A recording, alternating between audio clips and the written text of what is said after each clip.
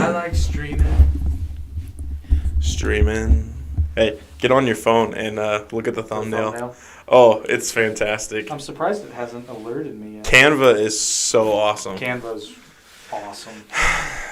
Oh, there it is. Check Except I can't see the thumbnail. I can't wait to show.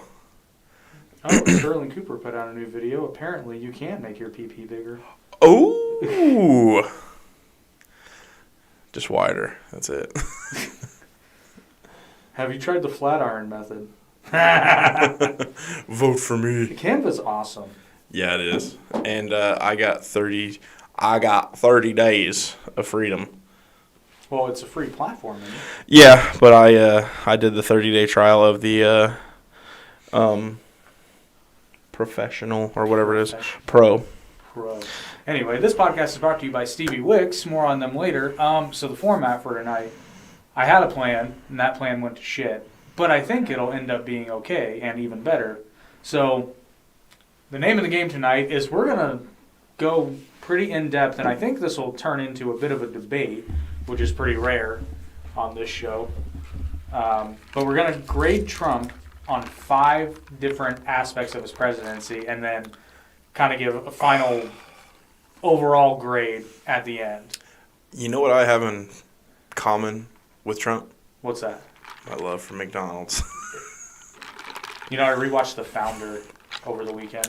Dude, I literally just watched it last week. It's such a good movie. It's a good movie. I've been trying to tell my wife to watch it, and she's just like, no, but it seems kind of boring. I'm like, it's not boring. It's a damn good movie. Here's the funniest thing about The Founder. So this is, because some of you people don't believe me when I talk about McDonald's, because I don't know, I fucking work there. But at least when I was there, in the break room, they have this computer down there, and they have a couple different things you can do that are McDonald's related. One of which is that it's an actual game where you learn the ingredients to the sandwiches. It's actually pretty cool. It's a game? Yeah, it's a game, like a point-and-click game. But the other thing they have like instructional videos, but one of the videos is a history of the company. Ooh. So it's like a little McDonald's documentary. It's like 20 minutes. But you did that when you were... I did it when I was on break all the time. Because so, it was very well produced. And I bet, what was it accurate? Yes. Well, they didn't sugarcoat the fact that he ended up... They made it a little bit less animosity because... Obviously, Ray Kroc bought the McDonald brothers out. It's not like he stole it. Yeah, like the movie made it seem like he kind of stole it. But, even then in the movie, I'm sorry, that was a dumb thing. He really didn't steal it, and he didn't even really look like he stole it in the movie. But the brothers felt like he stole it out from him. Well, yes and no. But it's funny because actually that outlines kind of a problem. Not really a problem, but... You know, Ray Kroc is made out to be the bad guy, but the fact of the matter is, if the brothers had been game for his expansion plans, they would have still been involved with the company, I guarantee you. And they would have made so much money. I mean, they made money, don't get me wrong. No, well, yeah, they made money, but the Nothing thing is... compared to what Ray Kroc They did. never got any of their royalties that they did the handshake with. Oh, They said it in the movie. You're right. I'm going to assume it's true. Well, they ended up getting a buyout. Right. Well, because a lot of the profits came from the fact that Ray Kroc, and this was brilliant, was how he transferred it from a restaurant company to a real estate company. You know what?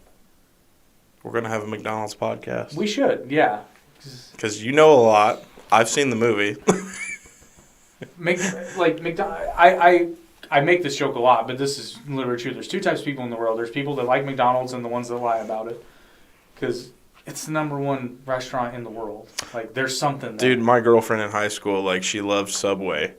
And I was just like, don't get me wrong, dude. I'd love getting a sweet chicken teriyaki. You know, that sweet onion sauce. It is good. Anyway, so I didn't get McDonald's a lot. And then one day I finally, got the courage up. And it was like, you want to eat McDonald's? She's like, yeah. And I saw her eat a cheeseburger for the first time. I was like, you are human. It's like, that's so hot. So, but to get on topic, because this is probably going to be a long one, which is why we're not going to record premium content tonight. That'll probably be next week. Indubitably. For those of you who don't know, we are now providing exclusive content on Acropolis News Network That's theacropolisnews.com. There's no premium content on there yet, but you can catch our regular podcasts on there like always, but there will be exclusive content to Acropolis on there as well. Obviously, we'll make an announcement when the first of those episodes is aired. But for the moment... Also, just check the website anyway. Yeah, just check it out anyway. Is the link in the description still? Link is in the description. That's if you want to join premium. There's tons of free content on the site as well, obviously. But so for Trump's grading, we're going to grade him in 5 categories. We're going to grade him on foreign policy, the economy, how presidential he was, which that one's actually going to surprise you all coming from me, how he was with militarily, and domestic policies. Militarily? Mm-hmm. That's a word. Okay. Militarily. Okay.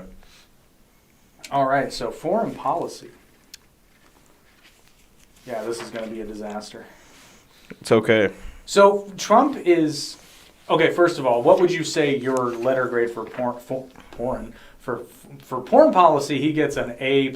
No. Stormy Daniels thinks so. Actually, she probably gives him an F because she had to pay him. So, what letter grade would you give Trump on foreign policy? Well, considering I just got into politics in 2016, and I knew fuck all before that, because I'm only 35, people.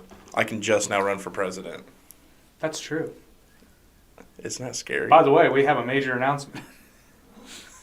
Running for president? No, I'm just kidding. more like hobbling for president. Yeah. Because that won't happen. No, they'd be like, who's this guy? I am thoroughly unelectable. In all seriousness, I'm thoroughly unelectable because both sides would hate me. I think the general public would actually like either one of us. Oh, yeah, absolutely. But the establishment would never let either one of us get past. Because they would be like, you make too much sense. We're too dangerous. You know, and that's why you have crazy people who run and they get elected, you know, on both sides. Well, you know, the irony is how you wouldn't have had Trump if you guys wouldn't have, you know, been so just kept pushing to the left. Mm-hmm. But it's so funny how my rewatching of South Park is coinciding with podcast topic because I rewatched the episode where Stan has to deal with voting and the candidate. It's when they can't be the South Park cows anymore, so they're voting for their new mascot, and it's between a shit sandwich and a giant douche. Yeah. That's so funny. Stan finally comes back from his exile after being with PETA, which that whole bit, Matt and Trey, just, chef's kiss on They're that. geniuses. They are. They truly, and for as long as they've been doing it, that's insane. But then he comes back and he votes, and then the one he voted for got like 50 votes. The other one got like 1,018. So he lost anyway. So to give you an answer, I would say probably like B-, C. I would give him a B-. Yeah, because like everything went well. I mean, hell, he met with Kim Jong-un. They were respectful. Nothing like crazy went down, and then, you know, like North Korea started talking with South Korea, you know, because America got involved pretty much. I mean, in a good way this time. Not like, you know, Zelensky wanting to, you know, send our, you know, daughters and sons to die for them. I haven't heard him actually say. And I'm wondering if that's a deep fake video. Well, not only that, somebody says it's real. I'm wondering too, Not because somebody, a lot of people. I'm assuming he was speaking Ukrainian in the video. Exactly. I don't speak Ukrainian. So, and not only that, there could be. Mm-hmm. It's very hard to register humor or turns of phrase in another language when it's not your primary language. Because there are, even when I'm speaking Spanish, I will make Spanish jokes that grammatically make sense, but it's not the way they would say it, so it doesn't come across as funny, it comes across as stupid. Or vice versa, like somebody will tell me a joke in Spanish and it'll be like, Isn't that fun? It doesn't register to me. But Trump... So B-, definitely. Yeah. I want to touch on a couple of things. Sorry, I'm thumbing through my research. So I mean, hell, he met with Putin of all people. Well, the Kim Jong-un and Putin thing, which Trump got a little bit... He got more flack than he should have on it. because his predecessor Obama temporarily lifted the embargo on Cuba and the travel ban on Cuba, which that was frowned upon by the other side for obvious reasons. And likewise, Trump talking to Kim Jong-un. I can see why some people would say, don't legitimize him, but at the same time, what's your ultimate goal? Would you rather be right or would you rather have peace? Exactly. Well, and that's a legitimate question. And I think Kim Jong-un is an insane person. I don't think that's his fault. No, it's how he was raised. Yeah, that's what I'm saying. But he is an insane person. And then also, Trump got flack for moving. Well, okay, so I actually did read an article where, of course, this was the left-leaning guy, but he said that Trump moved the capital of Jerusalem the capital of Israel from Tel Aviv to Jerusalem. Well, so that's not accurate. He just lifted it up. I know what they were trying to say, but what happened was Trump he moved the recognized capital of Israel to Jerusalem from Tel Aviv, and in doing so, moved the U.S. Embassy from Tel Aviv to Jerusalem. Now, depending upon where you lie on that issue, that could have been a very good thing or a very bad thing. Obviously, in terms of, I'm not going to say all Jewish Americans, but I would wager to say that a lot of Jewish Americans thought that was a good thing. Obviously, Israel probably thought it was a good thing. I'm kind of out on it. Shows what I know. I thought Jerusalem was the capital of Israel, like the recognized capital of Israel. So I learned something today. I knew that he had moved the embassy, but I didn't realize that was as big of a deal. But one thing, Trump deserves a lot of credit on this, and I don't understand why he doesn't get more. The Abraham Accords, which essentially brokered peace deals between Jerusalem and I believe it was the UAE and Bahrain, and I'm looking for the details that I have. But that is one of the best peace deals in the Middle East, certainly in our life. Might be the best peace deal in the Middle East in our lifetime. And certainly in the history of conflict in the region, I would make that case. Had something to this. Just some other things. Some other things that are worth mentioning. He withdrew the United States from the Trans-Pacific Partnership, which that was part and parcel with the trade war with China, Go ahead. Well, I was just going to say, I really, really wish that I think I did say this earlier, but I said it at work. Now, full disclosure, my job, my business, we import products, and almost everything used to come from China.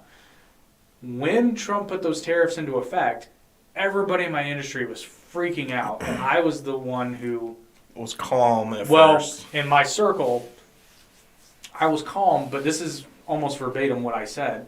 I said, this is going to suck for 6 to 9 months, maybe a year. But after that, it's going to be fucking awesome. Because we're going to get all this manufacturing out of China. And I wasn't stupid. None of it came to the United States. But a lot of it went to Mexico. Like, a lot of it went to Mexico. And countries like Vietnam and Malaysia. And South Korea took some of the flooring manufacturing. So a lot of these countries that have a huge labor force, largely untapped, but particularly Mexico, and 2 of the manufacturers that I work with moved all of their operation to Mexico. And both of them invested in a plywood factory where, I'm not even shitting you, they built a fucking city in Mexico for people to live and work, essentially. And I said, this is going to be great, because this is going to be great for Mexico and the United States, because labor is a little bit more expensive, although that gap is it's not as wide now because Chinese labor costs have gone up. So labor is a little bit more, but transportation costs are cut by like a third. And it's funny, they built a fucking harbor in the Gulf, so they this is insane. Why they didn't do this sooner, I have no idea. And this is great for the U.S. and Mexico, because this is how I framed it out. And I said this to the guy, and he said, that's exactly what's happening down there. I felt so smart. But I said, look, you want to stop people from crossing the border illegally in the numbers they have? Build up Mexico. Build up Mexico. Well, not only that, just give them alternatives. Because, look, if you're an 18-year-old kid in Mexico, you've basically got one legitimate prospect if you want to be rich, or you got two. You come to the United States, or you work with the cartel. However, You can make a lot more working with the cartel, but you might die. Well, and that's the case I made. So they told me that the first day they opened up their office to have people interview, there was a line around the building, like around and going down the street. Did you hear Tesla's possibly moving down to I wouldn't be Mexico? shocked. It would just work out. See, but this is how you, I'm convinced this is how you defeat the cartel. Because look, here's the alternatives. Like, they were telling me that their starting wage for this factory was 3 times the like average wage in Mexico, which I still think is like, I think it equates to somewhere around $10 an hour. But down there, that's huge. And the way I saw it is like, okay, you're living in Mexico, you got family support, maybe you're a kid, you don't have a lot of skilled labor, but you can be trained here. You can get a good job where, yeah, you're probably not making as much as you would if you worked for the cartel, but you don't have to look over your shoulder every day. You don't have to worry about being arrested. Yeah. You just show up, do your shit. And I'm telling you, like, as a people, and somebody's going to take this the wrong way, but as a people, I don't know of many groups of people that work harder. No. You know about it. I was a project manager for a roofing company, and I'm telling you what, those guys. I watched a guy carry 3 separate things of shingles on his back, and like one of them is heavy, like heavy, and I was like, that dude, he's like 5'9", he would knock any of us out. 100%. Now, I will say I've worked with some of those guys where they don't. Plus, they're awesome. They are awesome, but somebody should really teach them to work smarter, not harder. Sometimes. Yeah. Sometimes. Well, back to the foreign policy thing. I was going to ask you, how do you feel about? Obviously, we rejoined, but when we left the Paris Climate Accord. I don't know enough about it, but from what I gather, because that is on my list, it seems we spent a lot of money on it. 3. Do you have it on here? I do. Let me find it. It was like quite a bit. We pledged, in which this was actually already. I don't. And know we pledged more than everyone else. I don't know if it was paid in its entirety, but the United States would have earmarked $3 billion for the Green Climate Fund, and I obviously didn't read the entire grant. I don't think anybody read the whole thing, but the only definitive responsibility I could find was that $3 billion. It seemed like a lot of really broad agreements that weren't really going to do anything. It's basically a way for them to launder money. That's kind of the vibe I got. I don't know enough about it, honestly. Like, obviously, it's just an opinion, but it's just like... That's what it seemed like. It seemed like a way to just get money. Get money. So based upon that, without having read the whole thing and having an understanding, I probably would have withdrawn from it too. And then you do have Trump's travel ban, which was, I mean, again, I don't have the intelligence. Some of them made sense, and then at the same time, he didn't ban other ones that were bringing criminals in as well. So here's how he based the 7 countries that were.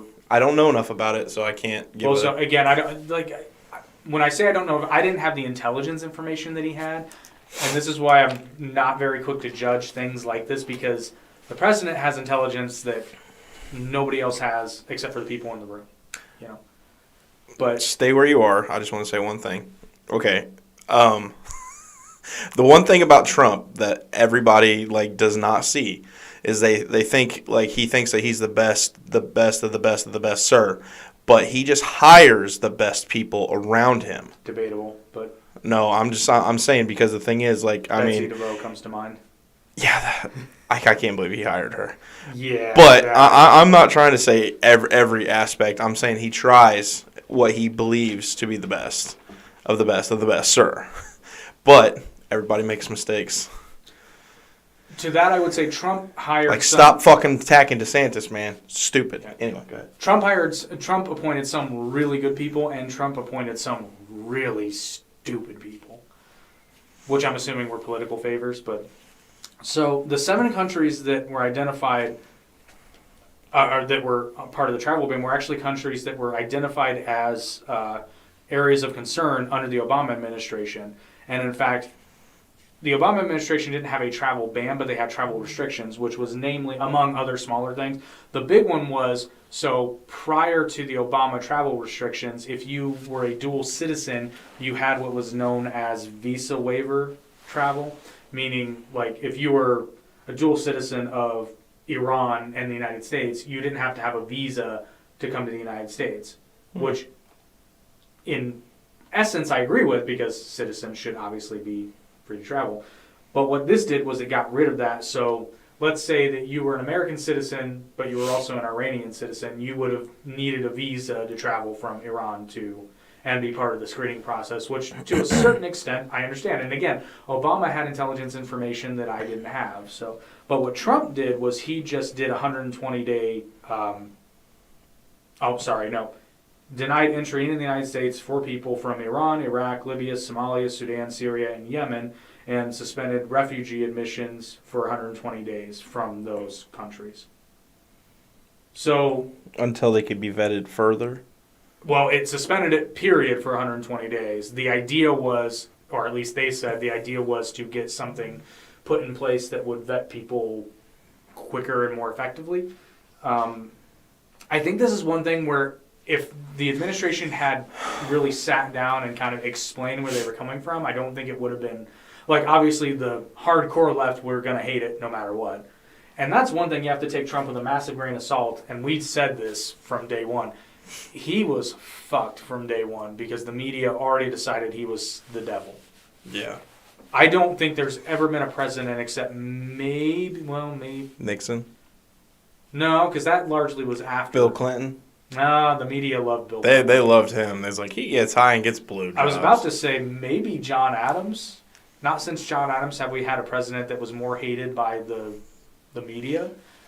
But there were some pro-Adams newspapers out there. But, I mean, not for nothing. The Adams administration passed the Alien Sedition Acts, which made it illegal to speak ill of the president. So, I mean, yeah.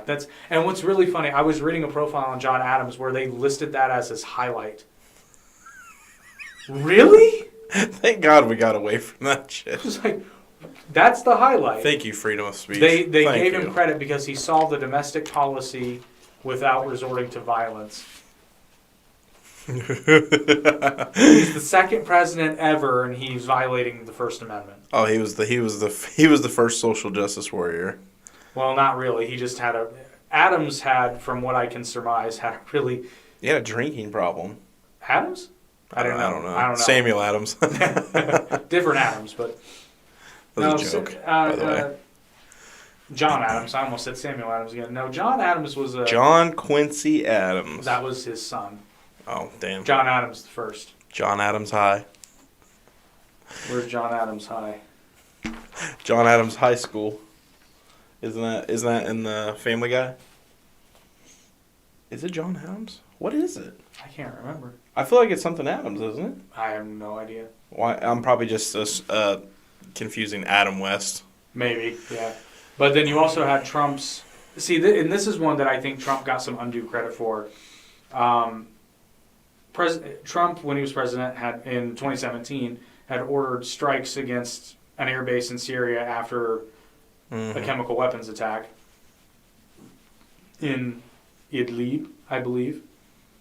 Now, Trump got some flack on this, but I remembered, and I thought it's not funny, but I chuckled at the time because under the when Obama was still president, this was in 2013. All the drone strikes. Well, no, Obama sought congressional approval for military intervention in Syria, but I chuckled when this happened because Obama essentially came on TV and was like, "We need to do something in Syria," and America was like, "Fuck off, Barack.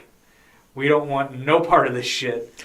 Oh, that doesn't sound familiar today, does it? No. Well, this is purely speculation. I think that's why Obama sought congressional approval on this one, because he would have had authority to direct military operations in Syria if he'd wanted to, but instead he sought congressional approval. Because of the chemical attack? Yeah, which I agree with. I think that the president should have congressional approval for military action, but he didn't have to do it. I think he sought congressional approval with the sole purpose of getting shot down, so he could say, "Oh, shucksy doodles, I tried," but nobody talked about it. I mean, I'm sure Ben Shapiro probably talked about it, but He was doing at that time. He was just doing CPAC. The what are they? Today's young future. was he doing CPAC in 2013? I thought when did he get away from Breitbart and start Daily Wire? I want to say that was in like 2011, wasn't it? That wasn't really that long ago. He's only Daily Wire's only been around for like 7 years. Yeah, it hasn't been that long. It's 2023, so 7 years ago. It's 2016.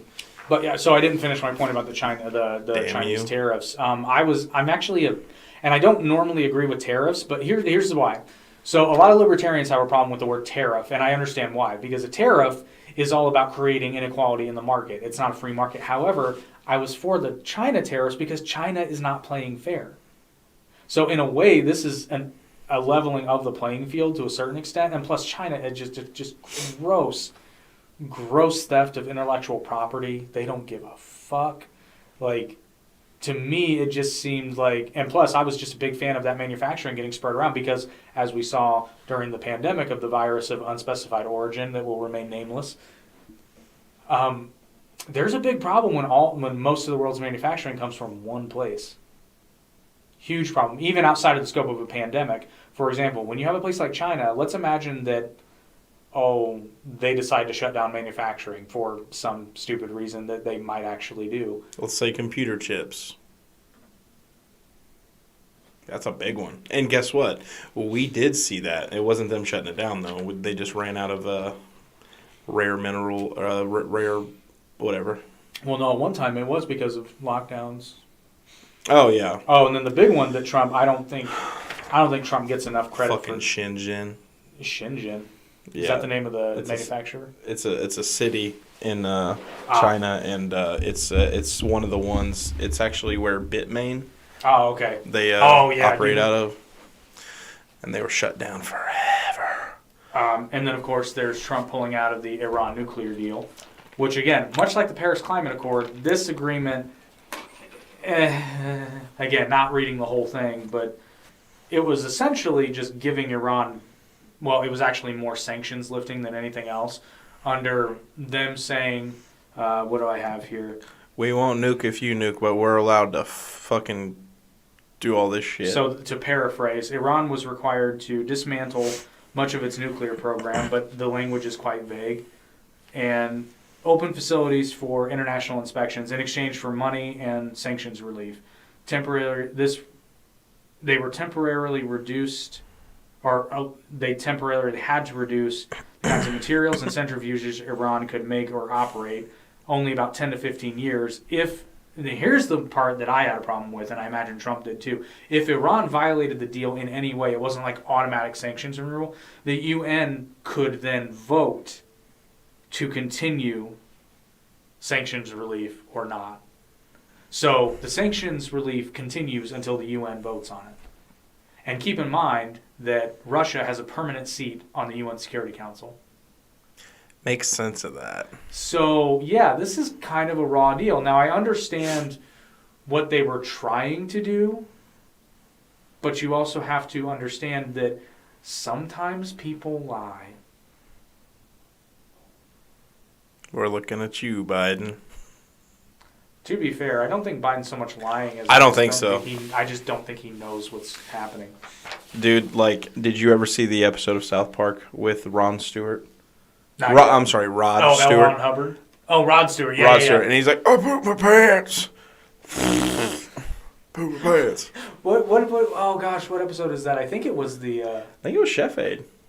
No, not that one. That one was Chef Aid. No, the one I just watched recently where.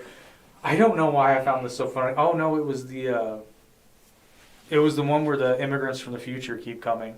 I don't know why I found this particular running. Did they do that joke in there? Well, no, but the other running gag was Cartman says at the very beginning of the episode that after somebody dies, they shit their pants. Oh, yeah. And every time somebody dies in that episode, it says shit. It's true. It's so funny. And then when the hole closes up, that shits its pants too. And the episode just ends with Cartman going, ha ha ha. I loved it. We already talked about Trump meeting with Kim Jong-un. We had the whole kids in cages debacle, which I did a little bit more digging on this. And they were built during the Obama administration. Well, I had more notes on this on the previous article. I'm sorry. The photos that were released that they said that Trump built those specific cages in the picture were built during the Obama administration. So I can't speak to anything else. So here is the problem. So these were existing laws that were on the books, so they were essentially not being fully enforced. Here's the problem. So the Trump administration, they implemented a zero tolerance policy, which made crossing the border illegally a criminal offense. Here's the problem, though. So children... Was it not a criminal offense before? Crossing the border illegally? You'll understand what I mean by that. Okay, sorry, continue. It was, but it was they weren't enforcing it in the same way. So, but a zero tolerance policy. So let's put it this way: it would be equivalent to like infraction. Well, let's say for example, like jaywalking is a misdemeanor. Let's just assume it is. So a zero tolerance policy would be anytime someone jaywalks ever, they are,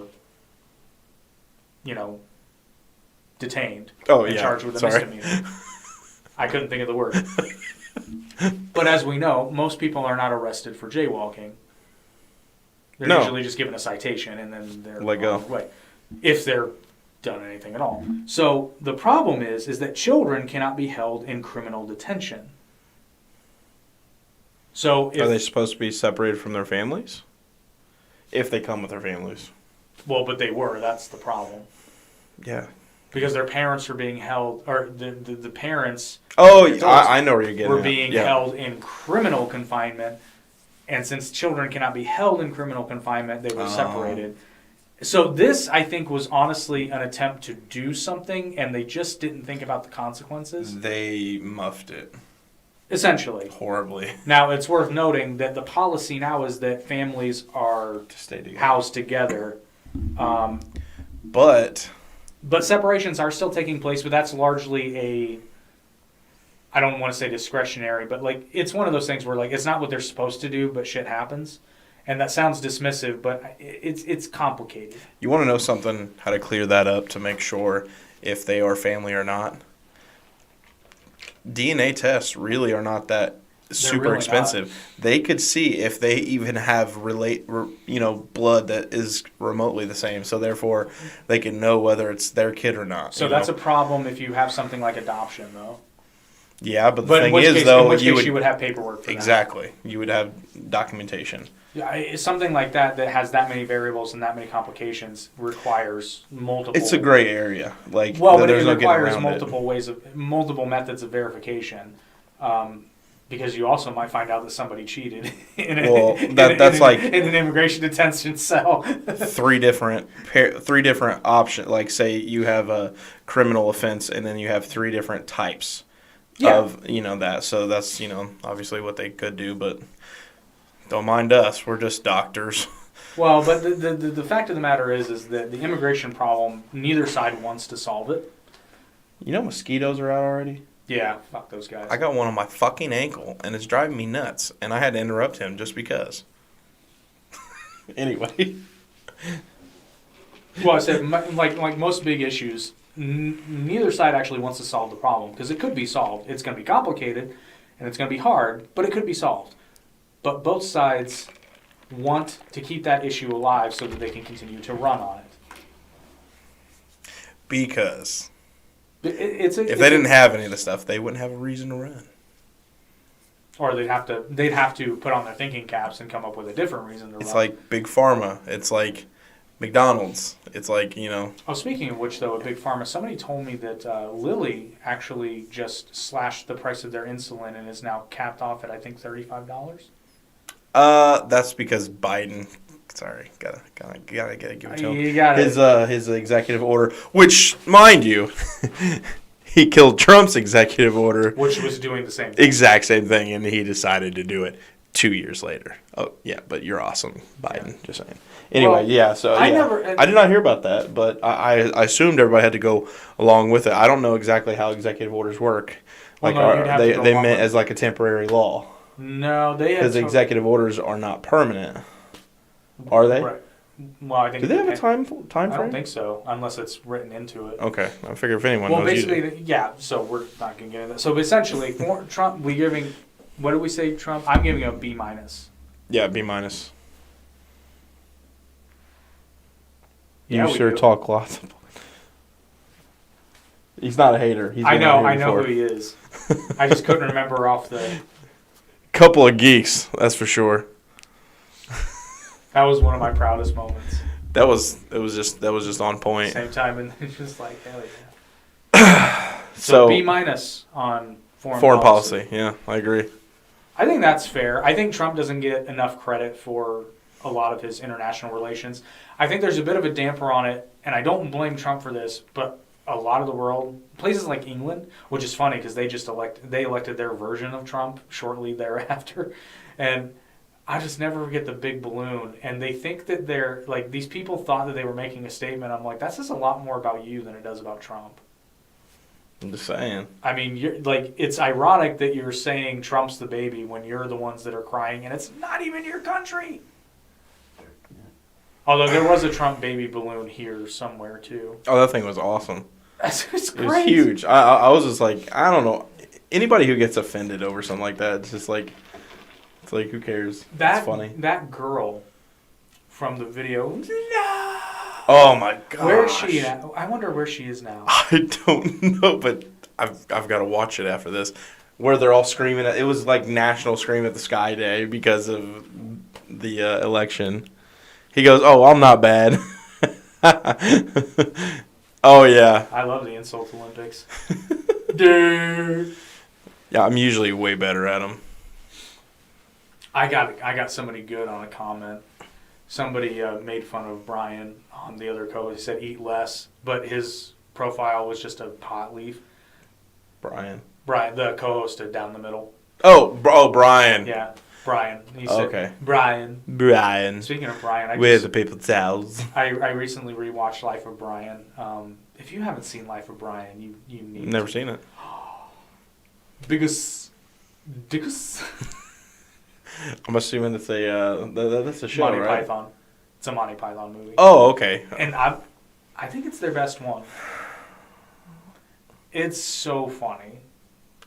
I love. Where that does the Ezekiel thing come from? Was that just a random video someone made? I do not know where that came from. I could have seen that coming from Monty Python's group. That's very Monty Python-esque. Oh my god. What's your name? I could not figure out for the longest time why I found... So there's a scene in Life of Brian where the joke is...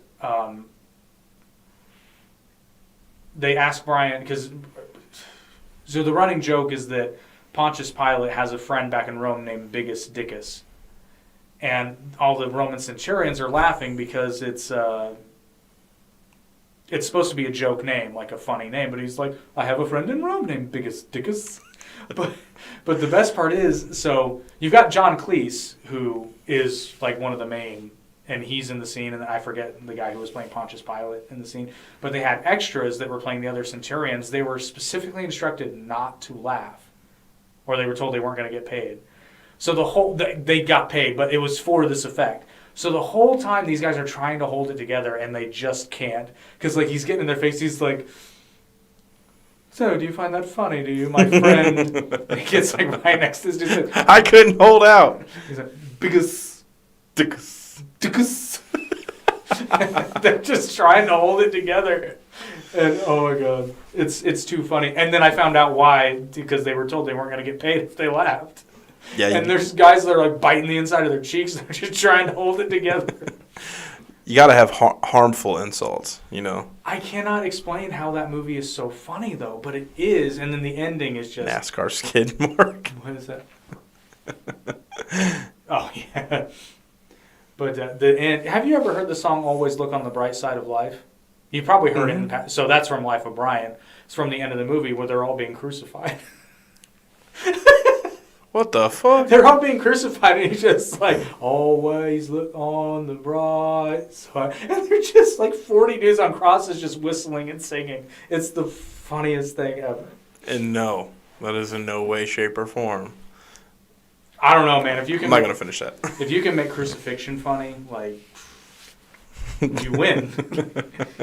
All right, so Trump gets a B minus. Do you have a pen out here by chance? Pencil, writing utensil. Excuse me. I need a pen, I need a pencil, I need a writing utensil. You have my pencil? Have you seen my stupid? I'll go potato chips. There you go. Got a marker. All right, that'll work. It'll do, pig. So we're going to give Trump a B minus in foreign policy. All right, and the next one. Economy. Economy. I'm going to give Trump an A plus. Hold on.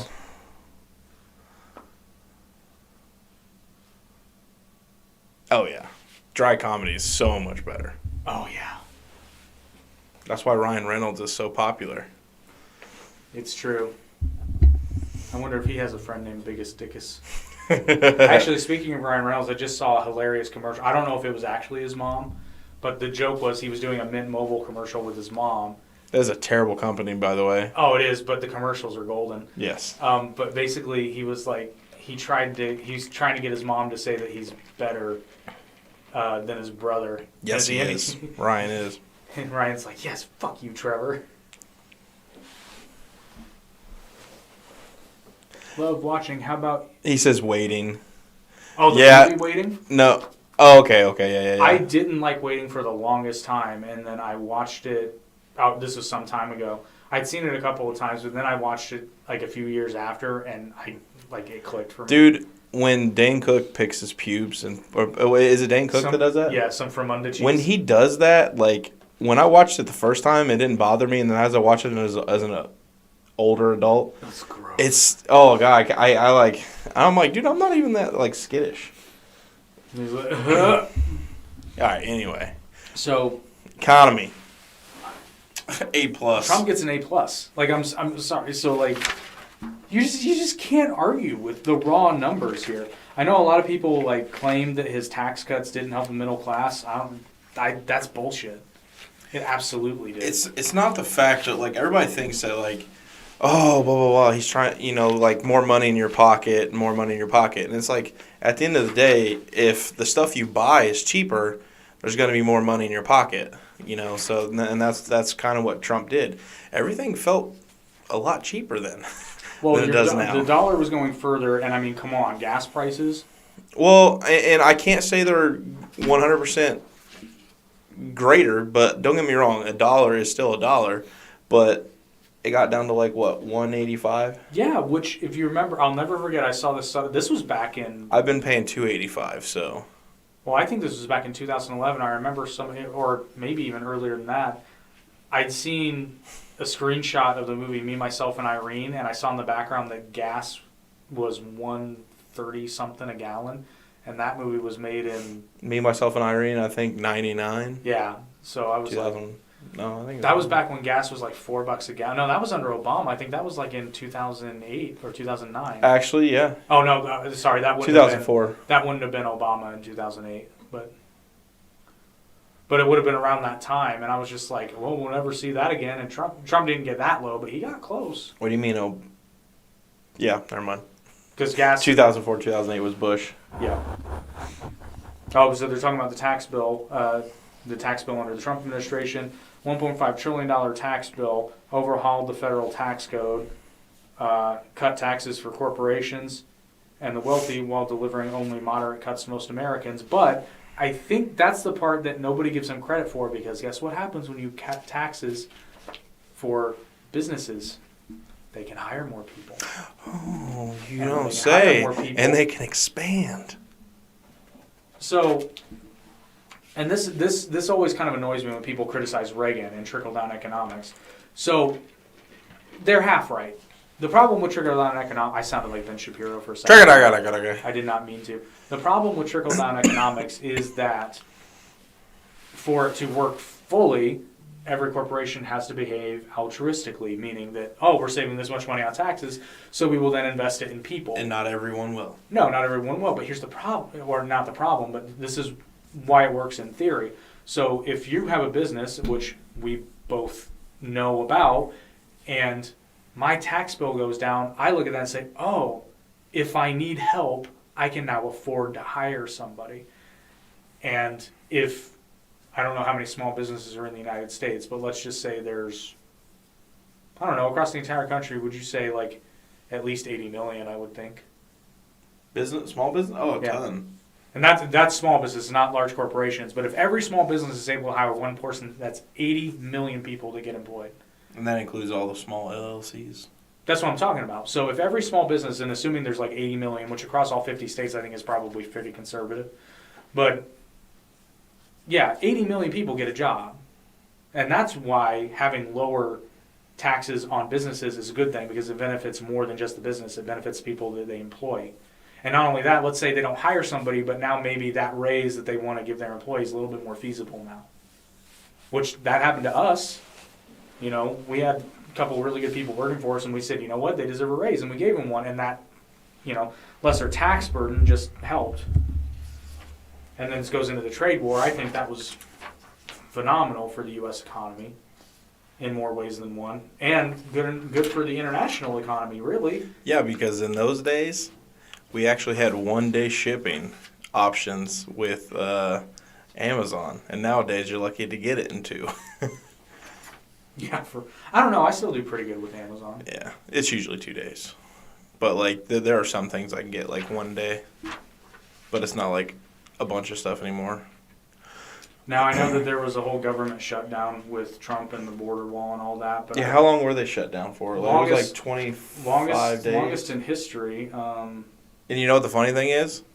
Nothing happened. No, nothing. Everything still went about. I was actually a big fan of when the government was shut. I was like Ron Swanson on that. He's like, if they can't agree on a budget, the government shuts down. I love it. That's one of the better episodes of. I'm Eric. This is Jake. What? He asked what our names are. Oh, I go by Slagathor. You must call me Nighthawk. I identify as a dove. I don't know. Is there much else? I mean, I guess you can't really talk about the economy until you talk about the pandemic, though, which, again, I don't think Trump gets enough credit for. No. And, I mean, you're talking about potentially the biggest power grab maybe in the history of the country, and Trump didn't do it. well, it's because he was on the other side of it. You know, like, but even like most conservatives, they within like a month of the pandemic, they're like, this is stupid. And then like they wanted to open up. No, I'm talking about things like, and Trump would have had the authority to do this. I forget what factory it was. Some big factory. He wanted them to start making ventilators. And initially they said they didn't want to. Now, he could have done it, and it would have been completely legal for him to do so. He could have forced them to start making ventilators. But instead of doing that, he went down and talked to them. And I'm sure that part of the conversation was, listen, I can do this, but I don't want to. But if you make me, which, I mean, it depends on how you view it, but I don't take that as a threat when you can just do it. Name tags would help. Dude, we're all right, fine. We're getting name tags. My name is. You know, the funny thing is though, when I first saw that pop up with "What are your names?" I was like gonna be like Ezekiel. Dude, we should do name tags but change them every time. Dude, all right. Somebody be like, "My name is Zorklot." Alright, so we can do Tony and Ezekiel. We can do. I want to be Steve. What and who? Who? My name is Steve. Okay, so we're gonna give. You know what? No, I'm still gonna give Trump an A+. Yeah, because everything was much better. I'm trying to be fair, but there's no. Oh, we didn't even touch about your crypto.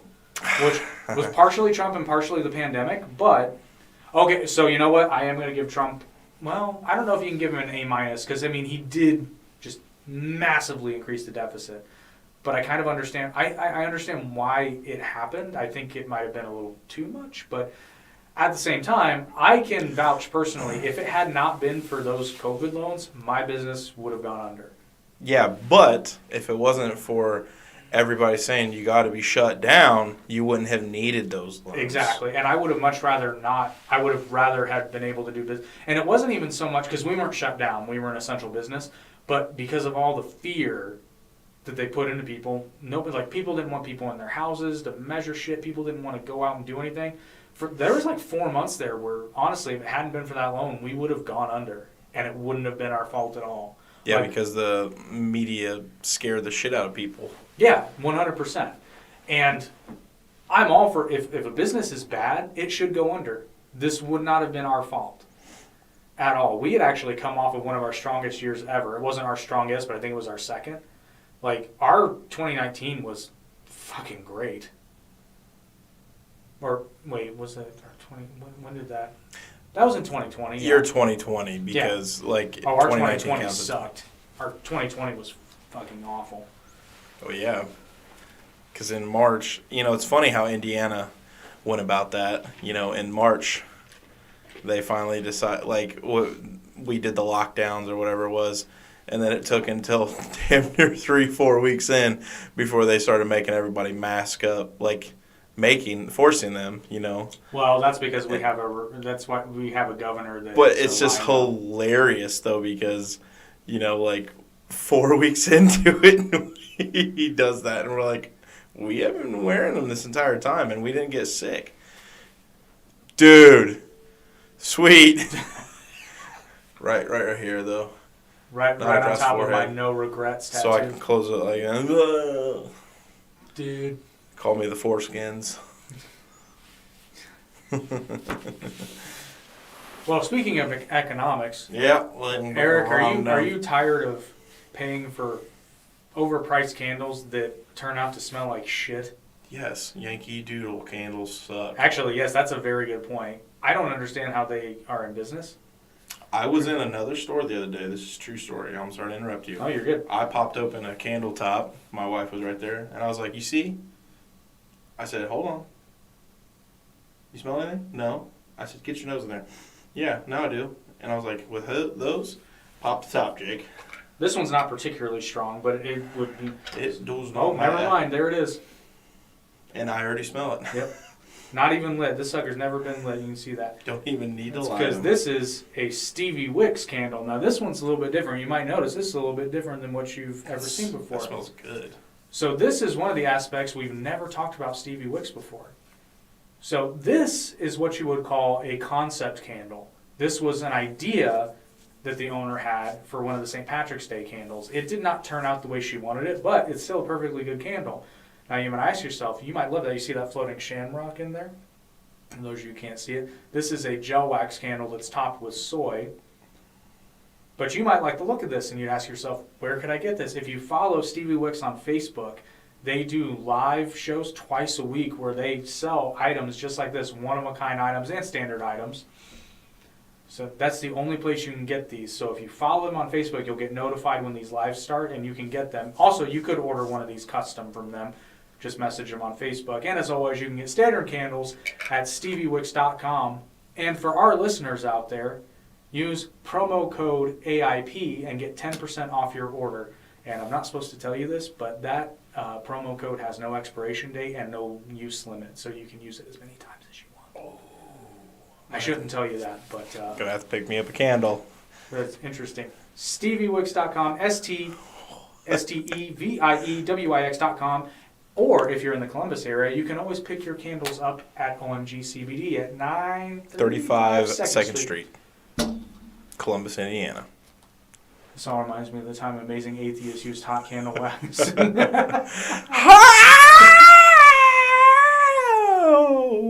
Also, for those of you who are thinking about using gel wax, it burns very hot. Is that like icy hot? Oh!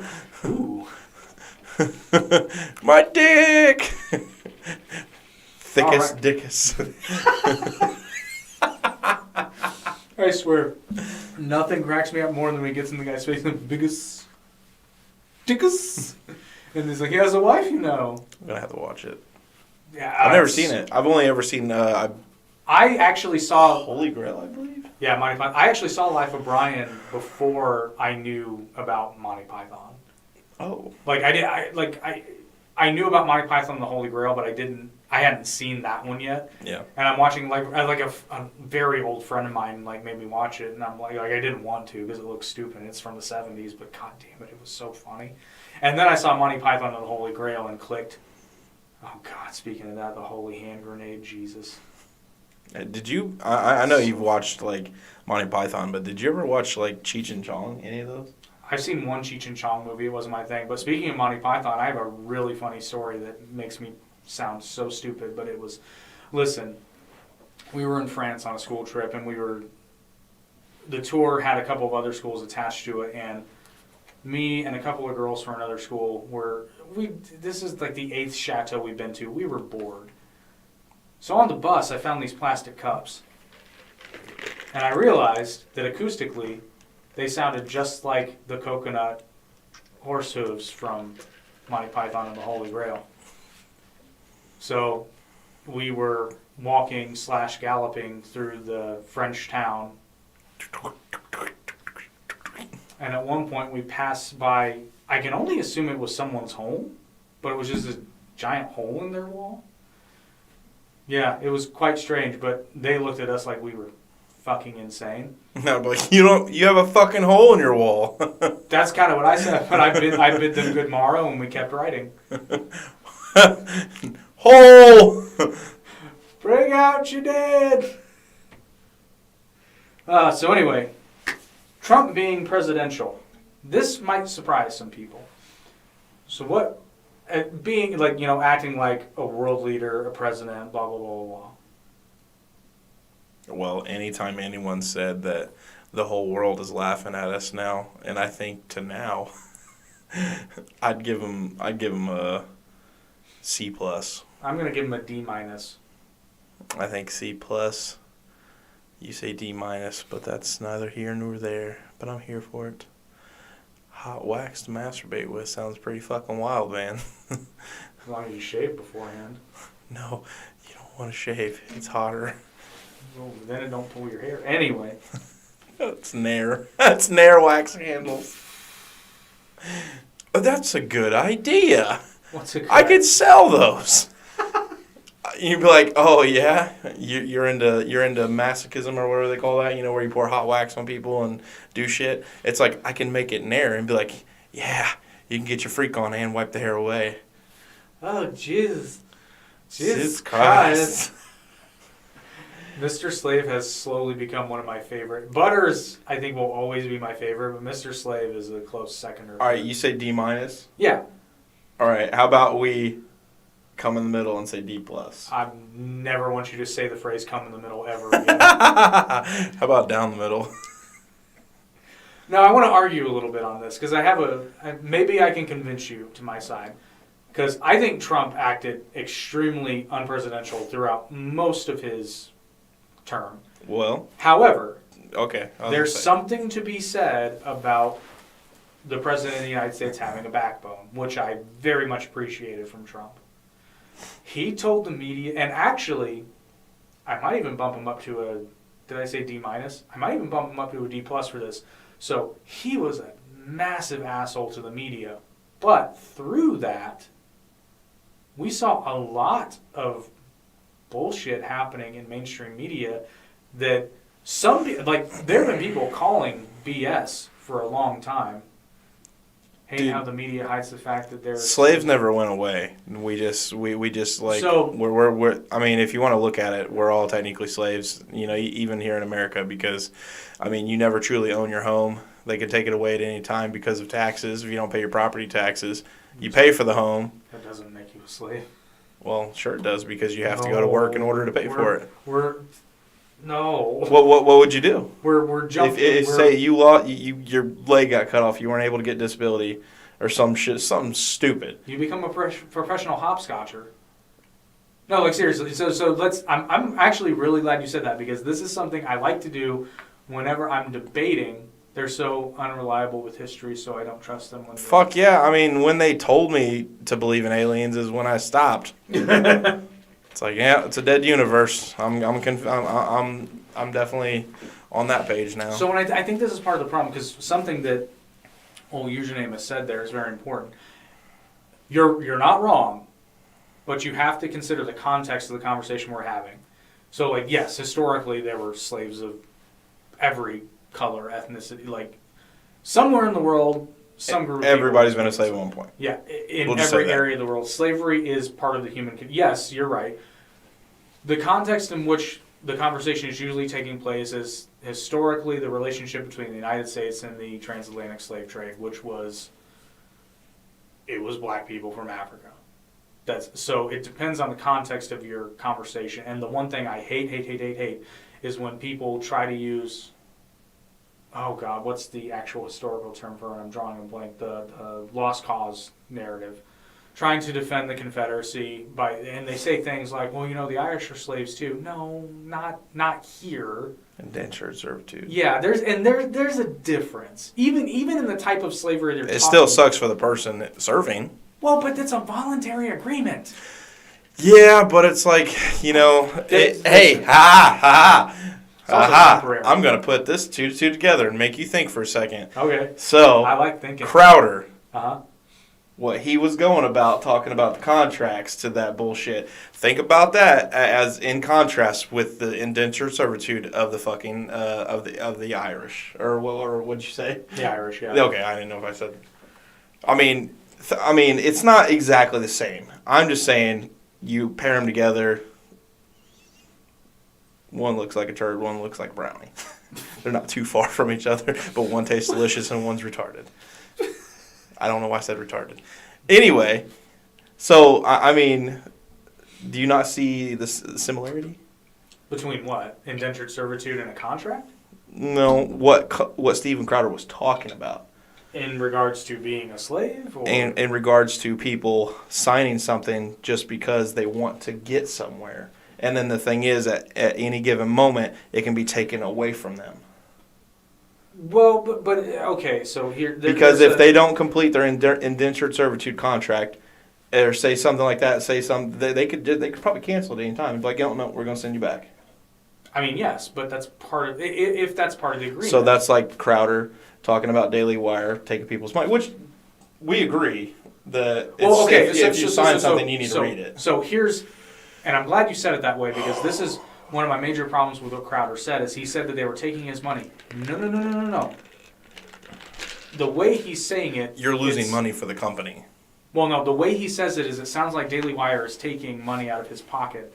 That's not entirely accurate. They're taking it out of the fee that they're paying him. I agree, username. Which is kind of like, you agree to do a job in somebody's house and you don't finish the job.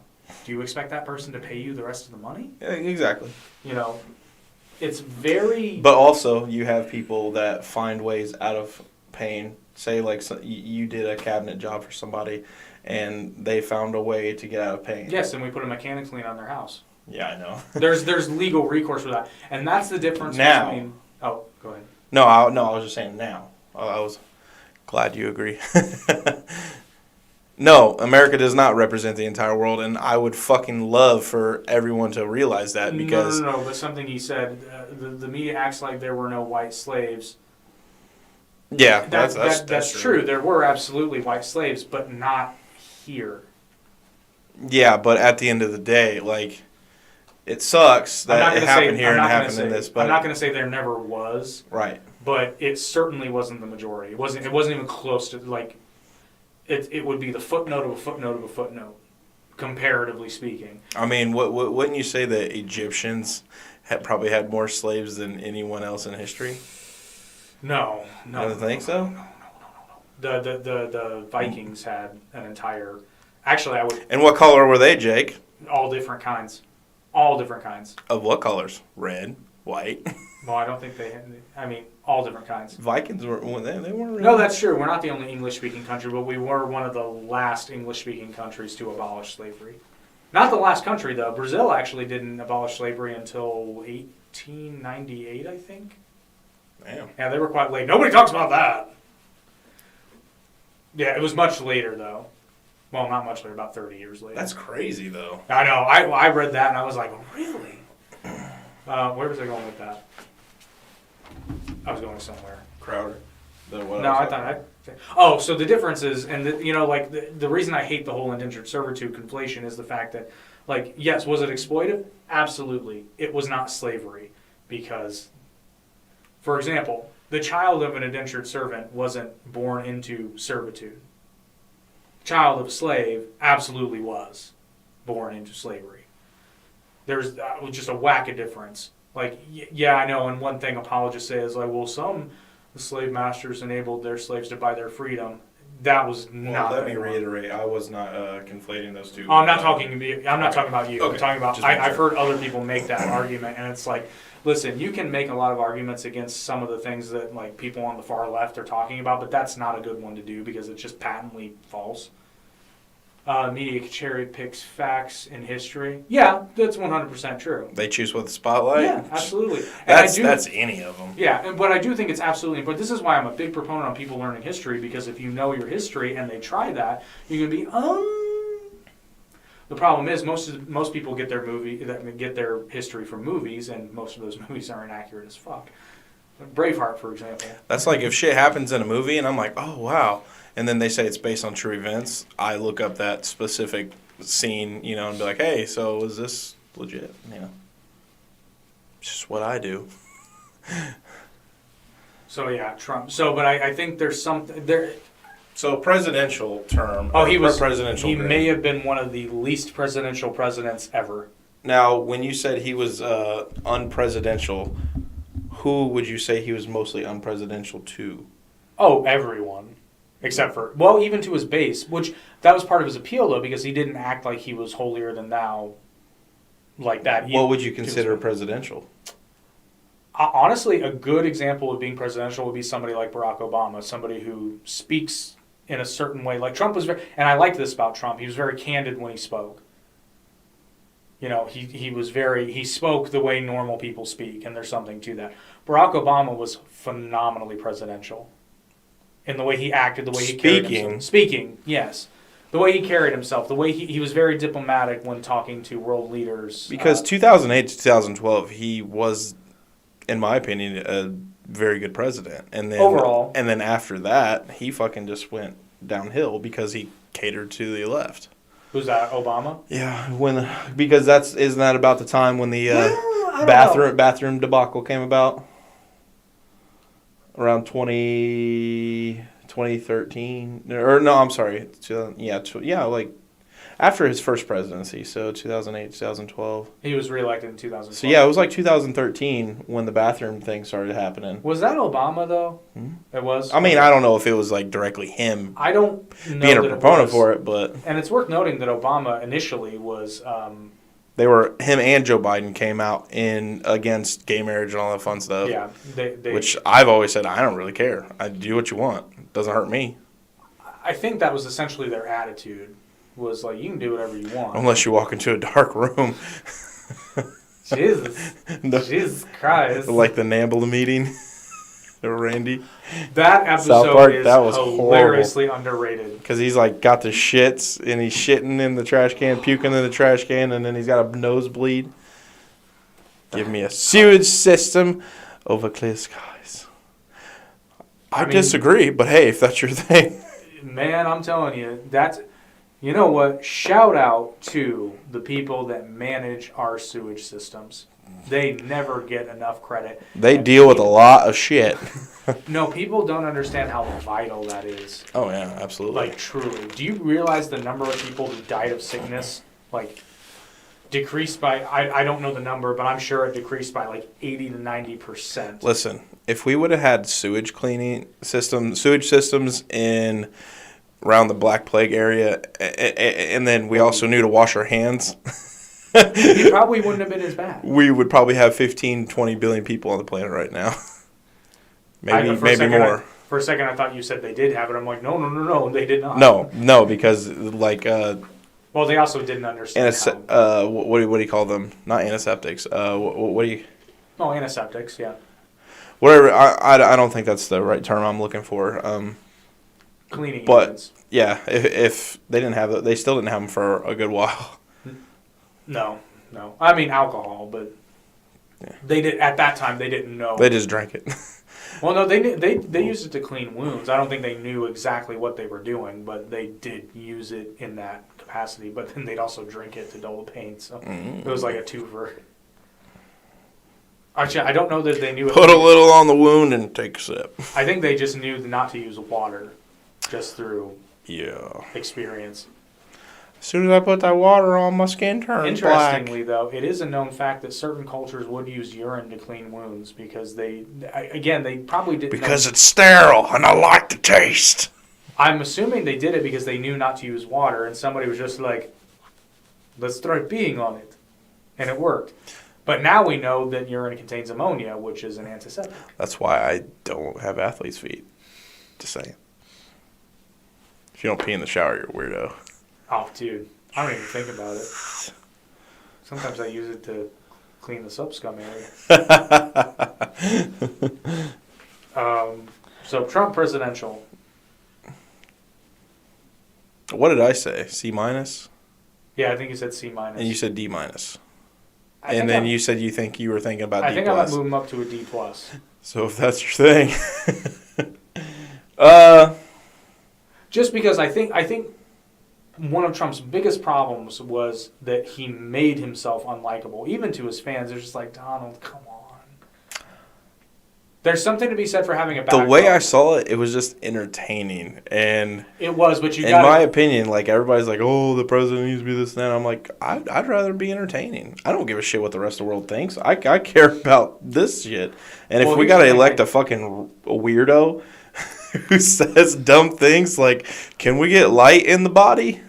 You know, which, I mean, he legitimately was talking about a procedure that can happen, but he just did not talk about it. There was a scientist that was talking on Joe Rogan that was talking about it, and they actually can do infrared and kill off kill off COVID in the lungs. Yeah, UV. Well, and I was like, that's really cool. Did you notice? But that dumbass just the way he said it. Did you notice, though, that there are now hand sanitizer dispensers that have a UV light built in them? They did.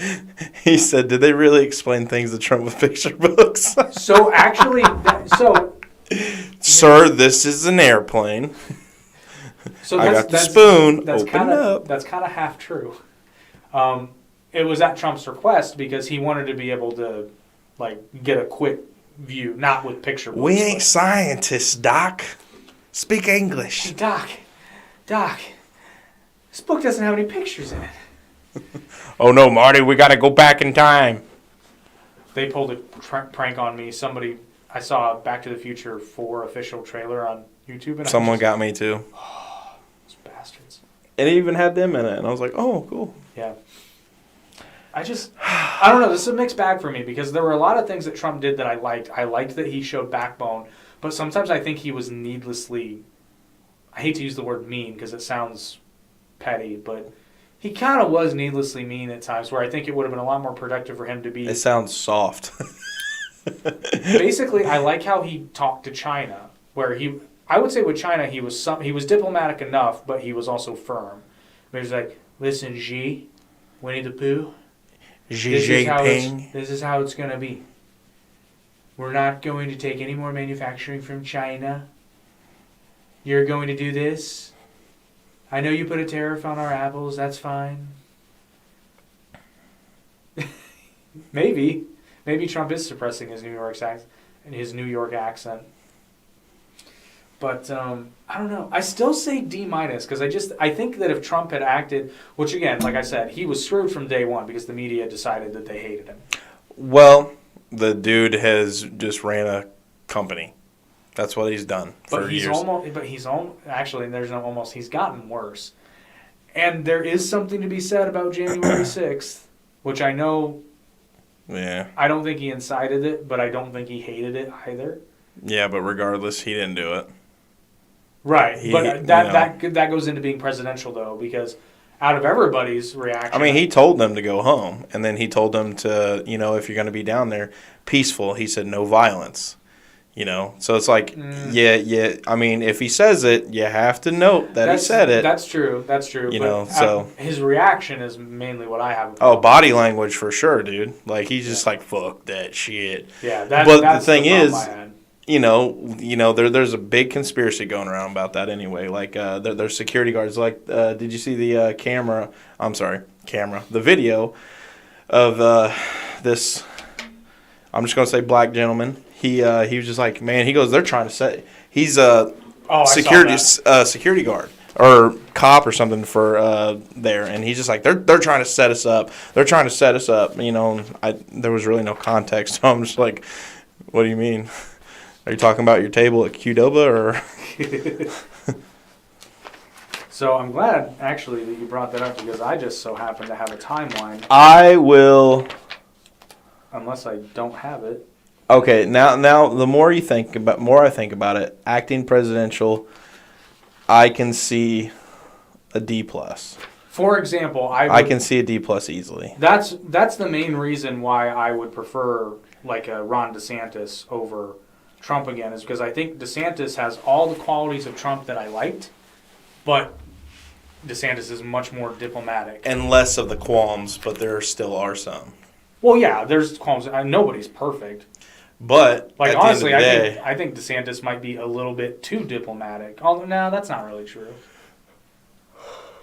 Well, crap, I had a timeline of the January 6th, but I have forgotten to bring it. But so basically, there's a big kerfuffle about how long because, and I did not know this, and now this makes way more sense. So, the D.C. National Guard is basically under the control of the president.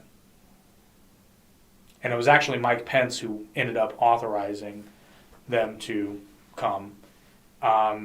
It took over an hour to get for the January 6th? Yeah. It took over an hour for them to get the written order, and then I think it took 3 hours for the guardsmen to show up. So there's I remember there being some kerfuffle of people like, well, why did they waited so long to call the National Guard? It's like, well, that's because they couldn't. They were trying. But it ultimately ended up having to be Pence because technically Trump needed to call them in, but DeSantis, now I feel like I'm watching Gigantus, the fire monster. I mean, let's be real. President Biggest Dickus would be the greatest.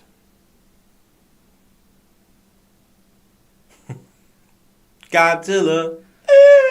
You had to pick like not the worst one, but one of the worst ones. Well... Of the Godzilla films, I mean. I don't know where we're going with that. Well, I wanted to just bring it up more. So basically, the whole January 6th thing, and if you remember, I was hot that day. You were a little bit more forgiving of Trump, and I was like, fuck all those people. Like, that's inexcusable. I liked Dan. Oh, yeah. Which you can go back and watch that episode. But even when you're watching, like, the videos on it, like, they weren't in there, like, obsessively destroying stuff. At least the videos I saw. No, this is true. There was some destruction. Like, I was watching it live. But I'm like, at the end of the day, isn't it called the people's house? See, that's another argument I hate. It's like, it's public, so it's mine. Any government building, no, if it's taxpayer funded. I'm not saying it's how it works. I'm just saying at the end of the day, it should be. Damn it. I don't want a bunch of people in there fucking just looking around. But at the end of the day, my biggest issue, and this is like, this so doesn't make me right, but my biggest issue was the complete disrespect of the history and the reverence of that building. It's like they did not fucking give a shit. Well, I mean, if we actually cared about our history anymore, like they're trying to rewrite it. That's true. So there is that. Fuck all. But like, I don't understand how you could be in the Senate chamber and, well, no, I wouldn't say they didn't. I was so scared. They were outside my door when I wasn't even there. Yeah, that whole. Which actually, I'm surprised more of the AOC wasn't even there. I'm surprised more people in Congress weren't called out for their just general bitchiness. Well, and then also, wasn't the mayor of D.C. notified Yes, before, and then they didn't do anything. Well, no. They had done everything. The Capitol Police were already there. The Capitol Police there, but what was it? Chuck Schumer. They could have enacted the which you said Pence did it. He that required the National Guard. But they could have already enacted them to be there. No, they couldn't. Well, there's something I'm getting cross wires with. I think there were more right-leaning publications that were like, why didn't they call in the National Guard? And it's like, well, they were trying, but unfortunately, they are under the call of the president, and it ended up being the vice president so they might have fudged a rule in there somehow. What about the local? They were already there. The local guard? Yeah, D.C. police were already there. No, not D.C. police, the local guard. Yeah, the D.C. National Guard. So they couldn't take down 3,000. How many riders was it? No, they did. Like they couldn't get them authorized to show up. So how like the Indiana National Guard works? They are called on by the governor.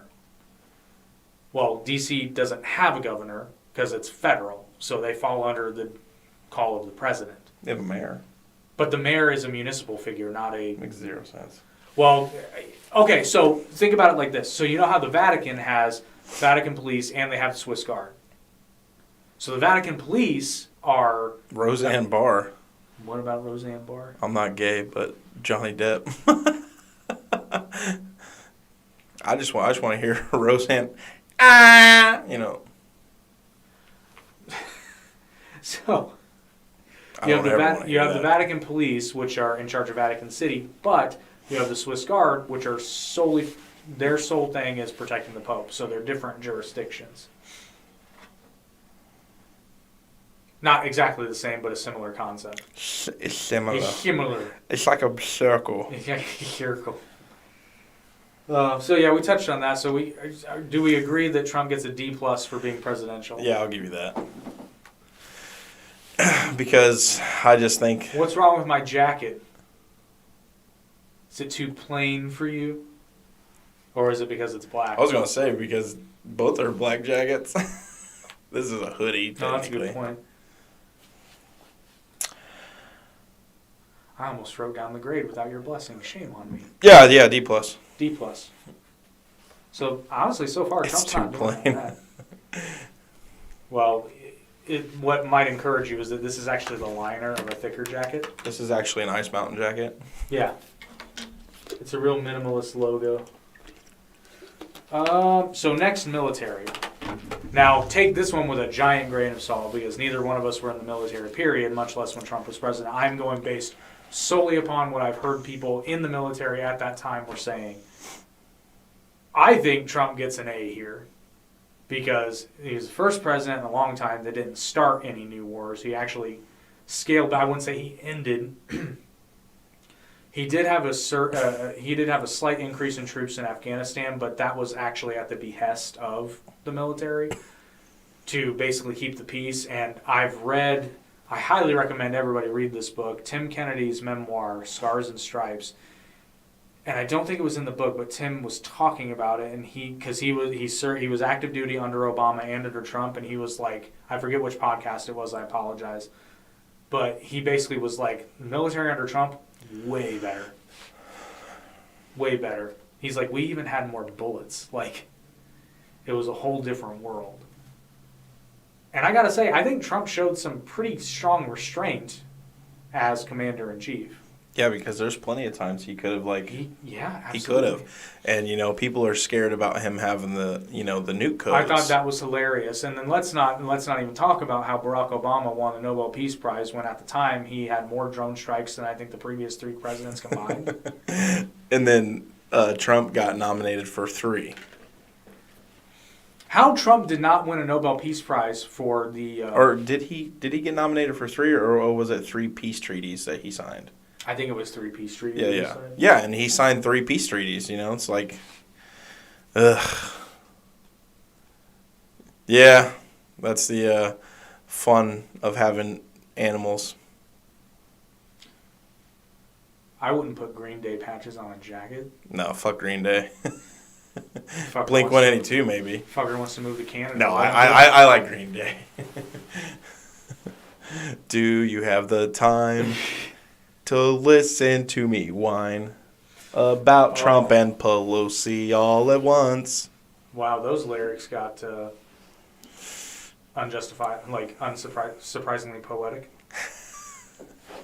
Ironic, Jesus. Yeah. My brain's not working now. Military? I think he gets an A. I think so. Because I don't know enough that's what to I'm saying. say A+. I'm lacking hardcore information, but I've heard, and it's not just Tim Kennedy. There's been other people whose names are escaping me at the moment. Is that better? Yeah, you want some? All the flakes. You got Crest. Fine. Like a boss. Don't let anybody say we don't listen to our viewers. Let me take it off slowly for you. Yeah. Oh, that was a good... You're from Canada, aren't you? No, not him. Where's he? Where are you from? Where are you from, username? From where do you hail? So are we, there's not much to talk about because... Not for military.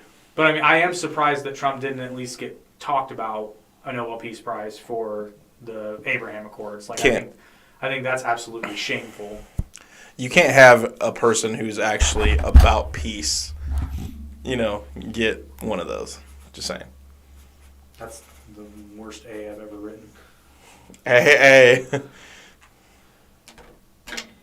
All right, what's this last one? Domestic policies. Now here's where we get into big kerfluffles. Domestic policies. So yes, there is one giant one. I got a problem with him in fucking 2018. Alrighty. If you want me to lead off on that, I can. Go for it. Yeah, and I just found my January 6th. His going to a what was it? Getting rid of the line items on the personal taxes. Personal deductions? Yeah. What do you call it? Long form. There was a certain one where you could write off mileage as a W-4 worker. Like, say you drove your own car and you were paid a W-4 wage. No, yeah, it was before 2018. No. You could ask everyone at the company I worked for. Trump canceled that. There were provisions like in if you were on the 2018. road. Yeah, so therefore I got screwed out of like $6,000. Oh yeah, you got screwed out of a lot. So okay, there's a good. But that was about. Other than that, I can't really. Well, so one of the big things about Trump was his scaling back of the EPA. Now I will say his whole 2-for-1 thing. Oh, the Environmental Protection Agency. I see what he was doing there, but that's actually a really, really stupid policy. So essentially it was if you want to pass a new regulation, you have to get rid of 2. That's just problematic. It's also easy to circumvent because, let's say you have... I'm pulling things out of thin air here. So let's say you have a regulation and the EPA that says if you... Which I think this is true. If you cut down a tree, you have to plant 2. So that's one regulation. And then another one is you have to have a certain level of, you have to stay below a certain level of salinity in bodies of water close to some sort of quarry, that kind of thing. And let's say you want to pass an air quality thing, but you have to get rid of 2 regulations. So all you do is in the new air quality thing, you include provisions for salinity levels in water next to quarries as well as part of air quality, in order to reduce CO2 emissions, when you cut down 1 tree, you have to plant 2. It's easy to circumvent. It's just, it's a policy where I see where he was going with it, but it won't work. It wasn't thought out. And I think it created more problems than it solved. But here's the funny thing. So there were 112 rollbacks in the EPA, and I have a full list. I'm not going to read the full list, but there are some interesting ones in here. Wouldn't that be considered under the EPA would be considered under drilling for oil on part of on lands? So I wonder how many spills happened. Well, we're going to find out. So one thing he did was he basically weakened the standards that were set forth during the Obama era for greenhouse gas emissions for passenger cars and light trucks. However, there were people lying during the Obama administration about their emissions tests. You don't say. Let's see. Withdrew legal justification for an Obama-era rule that limited mercury emissions from coal power plants. I don't know the specifics of that particular regulation, but on the surface, I'd be for that because I don't want mercury in my air, but I don't know how much was actually getting put into the air, so all that. I don't know why, but mercury is terrifying to me. Because it is. It's pretty fucking terrifying. Like, just looking at it in a thermometer, I'm like, throw that thermometer away. Well, actually, don't throw it away. So this is one when he canceled the requirement for oil and gas companies to report methane emissions. So not really for that. Because like you at least got to report it, so we know. What's why would you roll that back? Probably, I imagine, to benefit. How does that make it go faster? Well, see, and that's what I don't have enough information on what was actually in the statute. Or how much would that even cost? And this is the problem. This is where it gets problematic, especially for people like Trump, who the media does not like. So there might have been part of that regulation like a bunch of bullshit. It's like Congress tries to shoehorn in bullshit, and it's why you have stuff from the Green New Deal in an infrastructure bill, or a COVID relief bill. Sorry, like it would make sense in an infrastructure bill, but. That kind of stuff. So I don't know what was in the statute, though. And it also says eliminated it, but it doesn't say there if it was replaced with something different. Yeah. Because you got to have something. Let's see here. Eliminated Obama-era methane emission standards for oil and gas facilities, narrow the standard, limiting the release of other polluting chemicals, those volatile organic compounds, to only certain facilities. Like, you just don't... There's not enough information. So essentially a lot of this has to do with emissions regulations, which again, we just don't have enough concrete information. But essentially... Which, when it comes to emissions, aren't we like almost number one? No, I think we're number two. We're way behind China, though. And again, you have to... Like, that's the other problem, so... Like, I think the United States is number two, but you have to take into consideration our population versus some other countries that are closer to our emissions levels. I would like to see what those numbers are per capita. I would be very interested to see that. So, but essentially, he tried to roll back 112 regulations. 98 he completely rolled back. 14 were in progress before he was out of office. I imagine some have been reinstated, or to a certain extent.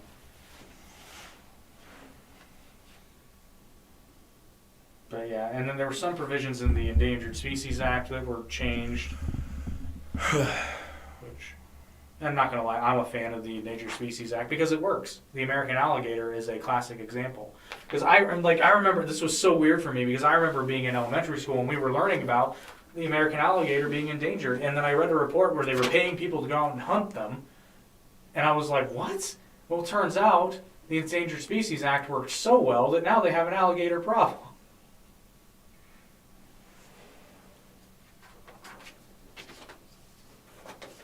Oh well. Phone died if you're watching. Oh. I didn't know I was dying. Didn't know he was dying. So, I mean, like I said, I don't know enough about, all the regulations. All I heard was just rhetoric coming from him talking about, oh, we cut this and this and this, and it was helping out oil companies and gas companies. I'm willing to bet that a lot of it was eliminating bureaucracy. Because at the end of the day, that's what slows things down. Well, and that's clogs up money. That was kind of Trump's MO. A lot of the stuff was about bureaucracy and just basically funneling money to various parties. Instead, it's just straight. Well, for the most part. And if you haven't noticed, domestic policy is kind of just becoming a catch-all, because I also did read an article about Trump pardoning a couple of military contractors from BlackRock who were directly responsible for a massacre in Iraq. And it's like, no. Don't know if that was a good idea. I don't know what to give this one. Domestic, yeah, I mean, it's a real mixed bag for him, because some things were very good and some things were very bad. I don't know enough about the bad, but I also don't really know a whole bunch about the good. Well, I'm not. I'm just. I'm really not for pardoning of war crimes. He did raise the child tax credit to $2,000, which it still is. Yeah, and then there was something. See, I was actually a fan of how, especially retrospectively, but at the time I was a fan of how Trump reacted to COVID initially, because it was essentially cautious optimism. It's like, listen, we don't know, but we're not going to go into a panic here. And I still maintain, if, let's say that Hillary had won in 2016. Oh, God, dude. But if she had done the exact same stuff. She'd been a hero. As Trump, she would have been a hero. And in fact, I don't think the pandemic would have been as bad. This sounds so bad. It would have been nothing to do with what Hillary had done. It would just be different because the media would be all for whatever she needs to do. Yep, 100%. But the thing is, like, you don't think it would have been that bad? I think it would have been a hell of a lockdown. I don't think so.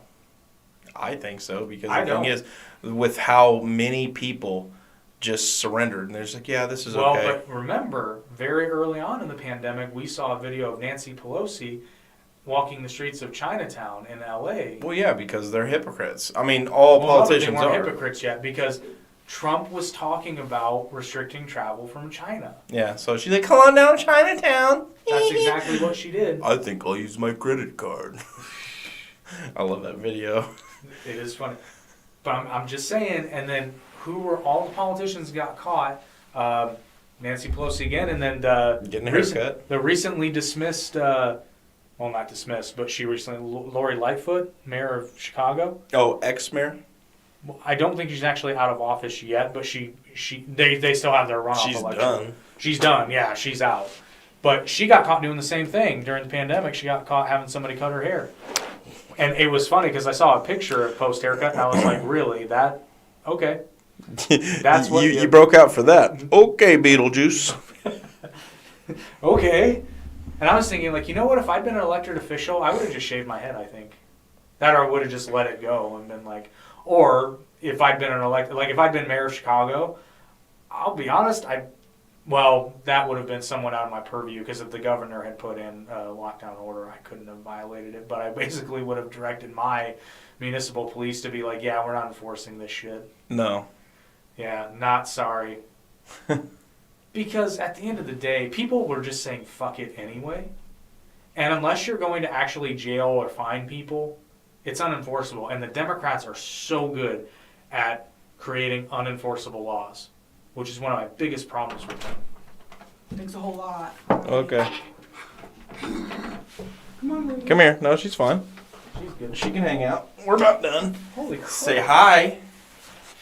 This will get some viewers, You're maybe. so much bigger Hi. than the last time I saw See how you. big she is? I know. She's a newfie. That's what they do. They just grow uncontrollably. Well, she's a kisser.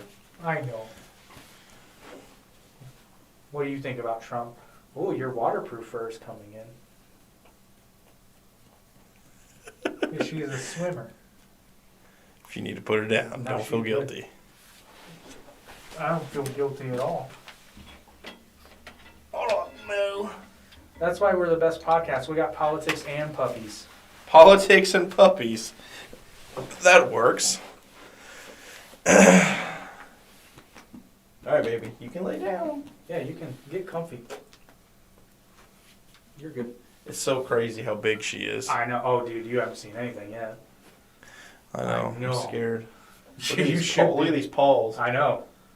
Massive. She's not even started growing into those. Mm-mm. I know.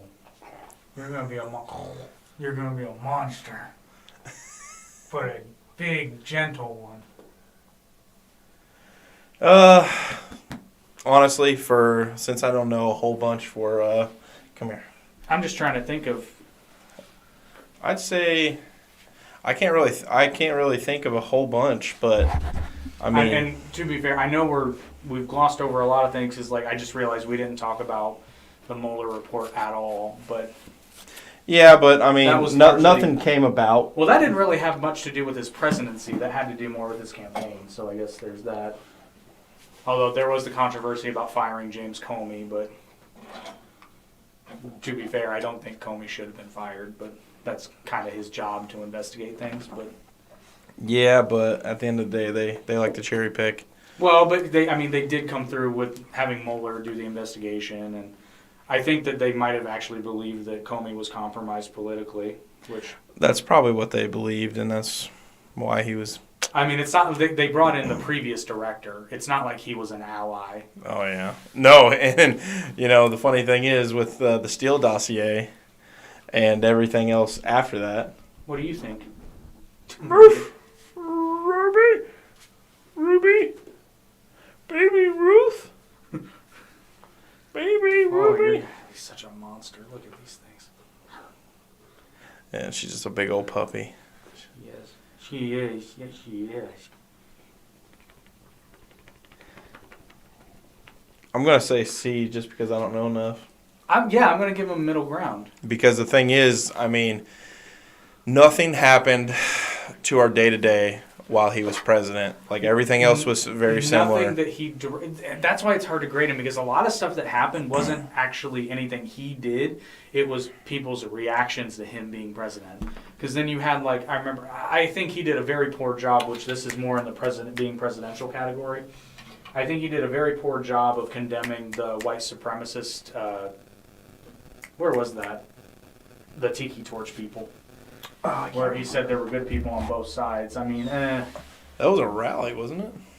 Yeah. Because you had Proud Boys you had Proud Boys, Antifa, and neo-Nazis, right? Yeah. Which, to be fair, I said this in our Proud Boys episode. So I think the Proud Boys did anything wrong? Not necessarily. Do I think they were looking for a fight? Absolutely. Oh, yeah. But therein lies the problem, which Antifa does the same thing, too. Like, Crowder did that video where... Was it Jared who infiltrated them, and they were giving him a knife, and they caught it on video. Who was giving it to who? Antifa. Oh yeah. Yeah, it was Jared was disguised and infiltrated. He's like, yeah, power to the machine. 100%. So I think that's fair to give Trump a C in domestic policies. That's kind of a really broad category. Because the thing is, I think a C is a very good. It's a passing grade. Simply just because life didn't get a whole lot better. It did in certain aspects, but for the most part, day to day was normal. It didn't get better, but it didn't get worse. So a C, sounds fair. Yeah, and actually one thing, which this isn't credit to Trump, this is credit to for everybody who said that the system doesn't work. Trump indirectly proved that it does, because Trump tried to do a lot of really sketchy shit, and people were just like, no, you can't do that. Oh, they turned him down on a lot of stuff. Yeah, so I and that just shows you that the system mostly does work. Absolutely works, because Trump tried to do a lot of stuff. He tried to not get the election results ratified.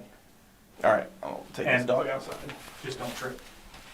Here you go, buddy. Truthfully, perfect example. Tried to get them to not ratify the election results, and they did it anyway because it's outlined in the law. This is what happens. And it was largely a formality. I know they had to officially ratify the results, but it was a done deal. So not really much he could have done there, save for an actual coup, which for anybody who says that the Capitol riot was a coup d'etat, I don't think you realize how coups work. What would he have done? They just didn't ratify the results that day. Eventually they would have. I don't know what people thought, some great evil. And I actually hate the phrase when they say, he tried to, we're saving our democracy. It was never in danger, and they proved it because the vice president condemned it. It's also, people get your facts straight. Well, people it's like a to republic. People like to. Well, I know, but people I can't stand it when they say it's a democracy. I'm like, no, it's not. It's a constitutional republic. That's why it works. Yeah. I'm not saying democracy doesn't work. Democracy. Oh, democracy. Pure democracy does not work. Absolutely. Demonstracy. Pure democracy demonstrably does not work. Every time, because if 51% elect to execute and eat the 49%, guess what? That's pure democracy. At least with a republic, you protect the minority, which I think is that's essential to have a fair and civil society. 100%, because you cannot. It would be you think America's racist today. Imagine if it was a true democracy. Well, it wouldn't be racist because there'd only be one race. Because I can guarantee you, historically, they would have just elected to get rid of all the other. Hey, you know who had a lot of liberal programs and wanted to do a lot of stuff for people Don't go and there. seemingly, like, was on He's the going left there. side? He's going there. Hitler. He's going there. Just saying. And then he started having book parties. What? The book burnings. Yeah. Book parties. Oh my god. Just saying, man. Could you imagine? Don't trust the white liberal. Could you imagine the Hitler book club? Oh my gosh. I thought it was terrible. Burn it. To the chamber! That's a little much. Just You saying. just see that this gets a burn. The biscuits are burned. Thickest dickest. Biggest stickers. I know. Well, what more do you have? Do you have any closing remarks? Orange Man, not so bad. Comparatively speaking, not as I bad like as him. Old Man. So I guess here's the question: as things, so It's like I don't hate Joe Biden. oh, I don't like him. Hate is a strong. Hate is a strong word. I don't like him. I wish he wasn't president. I feel bad for him. I feel like he's weekend at Bernie's, dude. That's what his 2024 campaign's gonna look like. That's going to be those two guys from the 80s film holding him up. So- Uncle Joe! So what do you predict for 2020 as it stands now? And I know it's very hard to say. 24? Yeah. Who's running? No, what's gonna happen? Because I predicted, Oh, gosh. an actual red wave. Yeah, definitely a red wave because the thing is, the red wave didn't happen in 2020. Which we or outlined. 2022. We outlined why.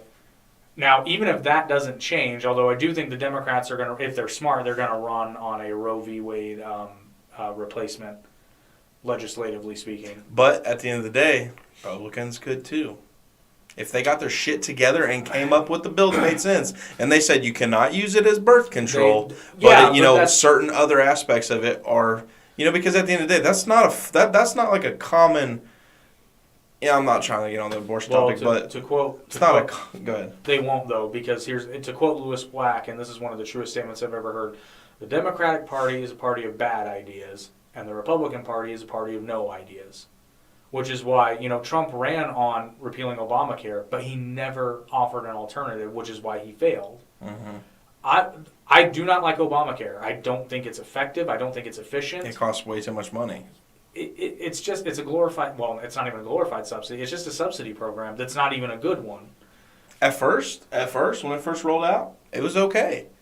But then the prices just kept. Well, the reason it was okay is because they were making those price decisions based on price models, and they were making some very unsound assumptions with how the market would respond, and it just didn't work. And I think I'm going to save this main point for the toast. I'm coming around to the idea of not even a universal, some form of single-payer healthcare, but I have caveats. Because my issue isn't so much a monetary one. Basic healthcare? Sure. Sure. Well, no, I'd say I'd be more in favor of like a major healthcare, like for People who actually have crazy who are like conditions. terminally ill, yes. That we do. It's called Medicare. Yeah, but you have to qualify for Medicare. That's the. Well, if most of them are, they're terminally ill and whatnot, generally they qualify. That's not the issue, though. The issue, we'll save that for when we have Toast on and we have the healthcare debate. Because I have my reasons against. Oh yeah. I have my reasons against universal healthcare, but they're not financial ones. Because I'll be real, being completely honest, I'd pay more taxes if I didn't have to pay for healthcare. I would. That's not my issue. My issue is. A flat tax would take care of that. I mean, you're not wrong. Reconnection. Well, that was weird. Successfully connected. All right, I feel something is afoot. Let's wrap this up. Let's wrap it up. So anyway, I'd say Trump gets an average of, let's see, he's got a B minus, an A plus, a D plus, an A, and a C. He's got an average of a C plus. That looks like a C plus student right there. What am I trying to feed him? What on my C plus? And I think that's a fair grade for Donald Trump's presidency. As tumultuous as it was and as unpresidential as he was, I think that's a fair grade. Because unfortunately, even the great things he did, and then some of the bad things, the division got worse and worse, and he was not able to bring it back together. And I'm not saying that's to his character, because there are some people who just cannot be persuaded.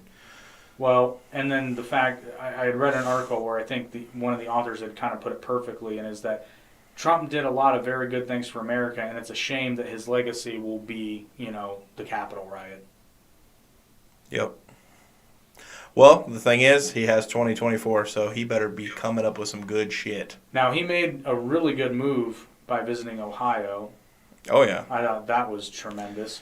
Now, it's an unfair comparison to DeSantis, though, because DeSantis couldn't have done that. No, he's a governor. He's busy. He's got shit to do. Trump is technically back to a private citizen. Yeah, so... I mean, not technically, he is. Unless he was independently wealthy, which he's not. He couldn't have done that. So it's funny because it's one of those things where if you think about it, it's a very unfair comparison, but Trump's still going to get major points for that, as he should. But Trump is also wealthy, and DeSantis is not. But I think it was a good move for him. And if Trump does more things like that, his chances at 2024, which I still maintain, my ideal scenario for that would be a Trump-DeSantis ticket.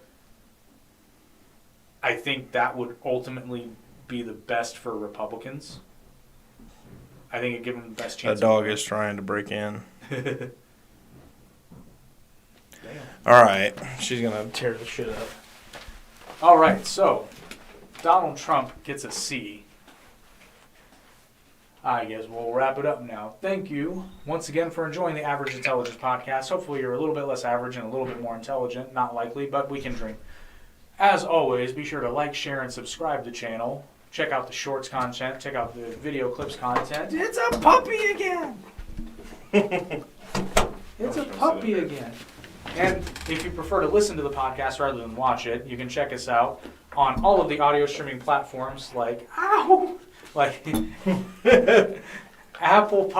Google Podcasts, Spotify, Radio Now, Podcast Addict. I said Radio Now, I meant Radio Public. Radio Now is a radio station.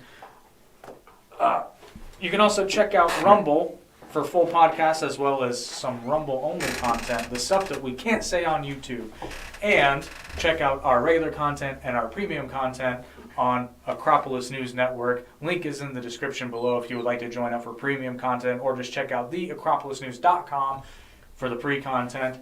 Thank you. Have a good night. I don't know why I saluted you. I'm very tired. Listen to your Al Borland.